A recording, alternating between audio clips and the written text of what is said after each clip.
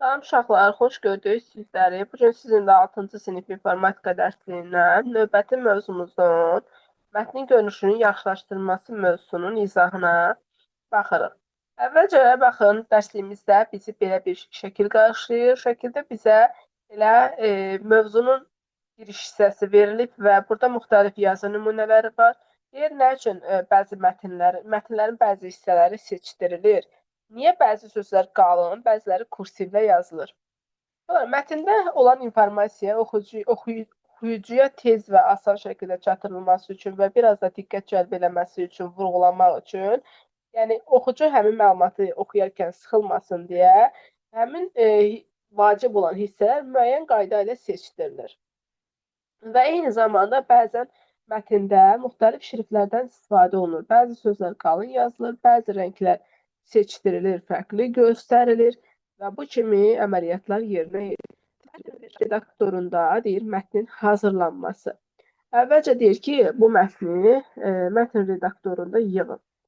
Gəlin elə mən başqa bir mətn götürmüşdüm, amma bir halda ki da bizə bunu təklif edir. Gəlin biz də bu mətni öz mətn redaktorumuzda yığaq.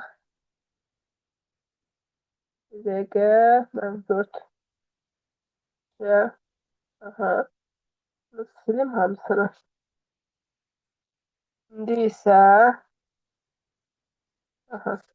bizə təklif olunan mətni əlavə elədim. Sonra görək nə deyir bizə.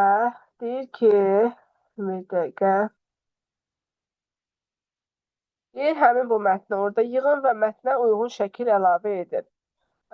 Yadda saxlama düyməsi vasitəsilə istifadə etməklə bulud adı ilə saxlayın. Gəlin icra edək bunu. İndi biz burada mətnə ad verirəm. Mətni bulud adı ilə yaddaşda saxlayıram. Uşaqlar bilirsiniz ki, mətni yaddaşda saxlamaq üçün fayl menyusundan fayl menüsünə daxil olub. Burada eyni qayda ilə save as əmrini seçirik və save as əmrini seçəndən sonra bizə belə bir pəncərə açılır və burada biz həmin o yaratdığımız sənədə ad verərək onu yaddaşda saxlayırıq.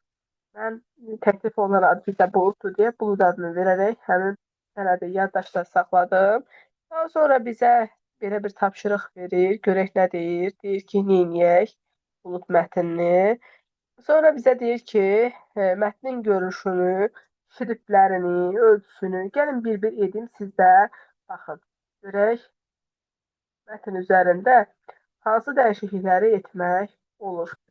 Deməli, uşaqlar, mətnin bax, hal-hazırda siz home menyusunu görürsünüz. Bugün biz sizlə home menyusunun font və font bölməsi ilə tanış olacağıq. Font bölməsində nələr var? Font bölməsində şriftin üslubu var. Misal üçün, gəlin bulud nədir sözünü fərqli bir üslubda qeyd edək. Misal üçün, bax, belə bir üslub seçirəm. Gördünüzmü? Həmin yazının üslubu dəyişdi. Sonra biraz da böyüdürəm bulud nədir sözünü, ölçüsünü böyütmək üçün. Buradan, belə deyim ki, sözün hansı şriftlə yazılacağını təyin edirik. Sonra buradan sözün hansı ölçüdə yazılacağını təyin edirik. Sonra keçirik növbəti hissəyə. Sonra əgər hər hansısa bir sözü qalın şriftlə yazmaq istəyiriksə bolddan və ya Ctrl-B düyməsindən, sonra hər hansısa bir sözü və ya cümləni biz kursiv yazmaq istəyiriksə, bax bu i düyməsini vura bilərik və yaxud da Ctrl-I düyməsini eyni anda basmaqla və yaxud da hər hansı bir söz və ya cümləni altından xətlə yazmaq üçün, görürsünüz uşaqlar, bax, üzərinə gəldim, burada underline altdan xətt deməkdir və ya Ctrl-O düyməsini sıxmaqla altı xətli vəziyyətdə yazmaq mümkündür. Eyni zamanda biz sözü fərqli formatlarda da yaza bilərik. Məsəl üçün, bax, belə formatını dəyişdim. Sonra hər hansısa bir hissə var ki, həmin hissəni biz istəyirik ki, fərqlənsin. Yəni, həmin hissədə, belə deyim də, kitabda hansısa mətni oxuyanda görürsünüz vacib hissələri neyinirik? Üstündən markerlə xətt çəkirik ki, yəni bunlar seçdirilsin. Oxuyarkən diqqət cəlb eləyəsin bu hissələr. Və yaxud da ki, həmin sözün və ya cümlənin rəngini dəyişə bilərik. Bayaqki highlighter effekti adlanır. Bu isə hərfin rəngini dəyişir. Burada şriftlərin rəngi dəyişmədi. Sadəcə elə bir şriftlərin üstündən yaşıl rəngdə highlighterlə kölgə saldı. Burada isə görürsünüz uşaqlar artıq şriftin özünün rəngi dəyişdi. Məsəl üçün highlighteri daha solğun rənglərdə də təqdim edə bilərik biz bu formada. Sonra uşaqlar hərfi hər hansısa bir sözün böyüdə bilərik. Bax buradan vurmaqla kiçilir bu. Bu da neyir? Digər sözlərə nisbətən daha böyük yaza bilirik. Sonra bundan isə onun üzərində olan formatı poza bilirik ki, əvvəlki vəziyyətinə qaytarırıq. İlk dəfə yazılanda hansı vəziyyətdə olmuşdursa, həmin formaya qaytarmaq mümkündür bunun vasitəsilə. İndi görək dərslikdə bizə başqa nələri sizə bu gün izah etmək tapşırılır. Onlara da baxaq.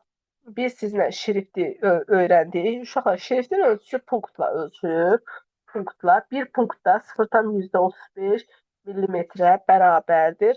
Sonra bəzi genişlənmiş şrift növlərini sizə göstərir. Calibri, Times New Roman, sonra Arial var. Ölçüsü 8-dən başlayıb 72-yə qədər davam edir. Standart ölçü.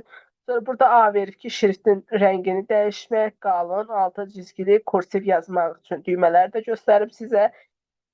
Sonra şriftlər bir də çıxıntılı və çıxıntısız olur. Yəni ki, biri var hər iki tərəfdən şrift çıxıntılı, bir də var, bax bu çıxıntısız şriftdən yazılmışdır.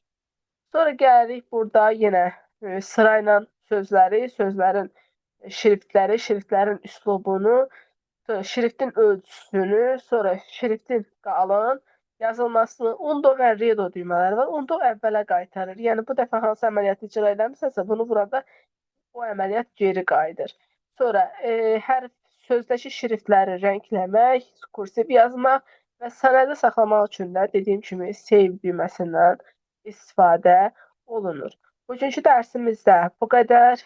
Ümid edirəm ki, dərsimizi anlamısınız. Sağ olun, salamat qalın və dərsimizi yaxşı izləyib, yaxşı öyrənməyi unutmayın.